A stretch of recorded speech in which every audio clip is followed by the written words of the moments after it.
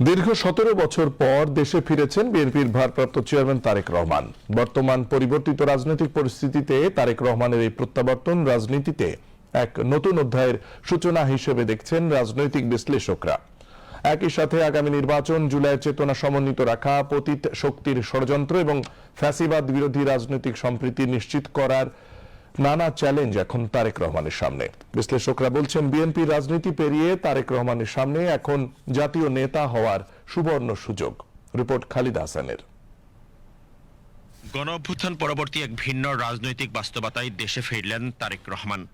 লাখো মানুষ তাকে স্বাগত জানিয়েছেন অকৃত্রিম ভালোবাসা আর বিপুল প্রত্যাশা নিয়ে। দীর্ঘ 17 বছর পর দেশে ফিরে প্রথমবার লাখো মানুষের সামনে দাঁড়িয়ে তারেক রহমান যে বক্তব্য রেখেছেন তা অত্যন্ত পরিশীলিত এবং তাৎপর্যপূর্ণ বলে মনে করছেন বিশ্লেষকরা। এই বক্তব্যের মধ্যে কিন্তু কোনো কারো প্রতি কোনো বিরূপ মানসিকতা বা কাউকে কটাক্ষ করে কথা বলা, এই জিনিসটা কিন্তু আমাদের মধ্যে মানে ওখানে প্রতিফলিত হয়নি। অতীতে আমরা দেখতে পেয়েছি রাজনীতিবিদদের মধ্যে এক ধরনের বিরূপ মানসিকতা, একে অপরের যে সমালোচনার মানে থাকবে, কিন্তু সমালোচনাটাকে মানে কাঙ্ক্ষিত মাত্রার মধ্যে না রেখে যে ধরনের আচরণ আমরা লক্ষ্য করতে পেরেছি, সেটা তারেক রহমানের প্রথম যে বক্তব্যটা দেখতে পেলাম সেই বক্তব্যের মধ্যে আমি সেটা লক্ষ্য করিনি, এবং আমার কাছে মনে হয়েছে যে উনি সবাইকে সম্মানের সাথেই বিবেচনা করেছেন।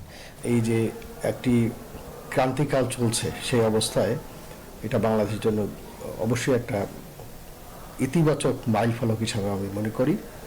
কারণ বাংলাদেশ একটা খুবই ক্রান্তিকাল অবস্থার মধ্যে দিয়ে এখন উত্তরণ হচ্ছে বাংলাদেশের, এবং তার প্রোগ্রামে যেরকম লক্ষ লক্ষ মানুষ এসেছে, সুতরাং এটি আমি মনে করি যে তার প্রতি যে শ্রদ্ধা ভালোবাসা বা বিএনপির প্রতি যে মানুষের এখন আস্থা, যে একটি এবং বিশেষ করে খালেদা জিয়ার আপসহীন নেত্রী সেই 90-এর গণঅভ্যুত্থান থেকে আমরা দেখেছি, তারই প্রতিফলন এই ব্যাপক উপস্থিতি।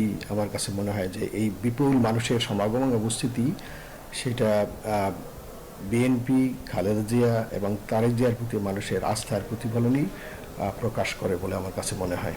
একই সাথে পরিবর্তিত রাজনৈতিক প্রেক্ষাপটে তারেক রহমানের সামনে এখন অপেক্ষা করছে একাধিক বড় চ্যালেঞ্জ। রাজনৈতিক বিশ্লেষকদের মতে কেবল প্রত্যক্ষ নেতৃত্বে ফেরা নয়, তরুণ প্রজন্মের রাজনৈতিক মনোভাব বুঝে প্রচলিত রাজনৈতিক সংস্কৃতি পরিবর্তনে কার্যকর ও দায়িত্বশীল নেতৃত্ব দেওয়াই এখন তারেক রহমানের জন্য সবচেয়ে বড় চ্যালেঞ্জ।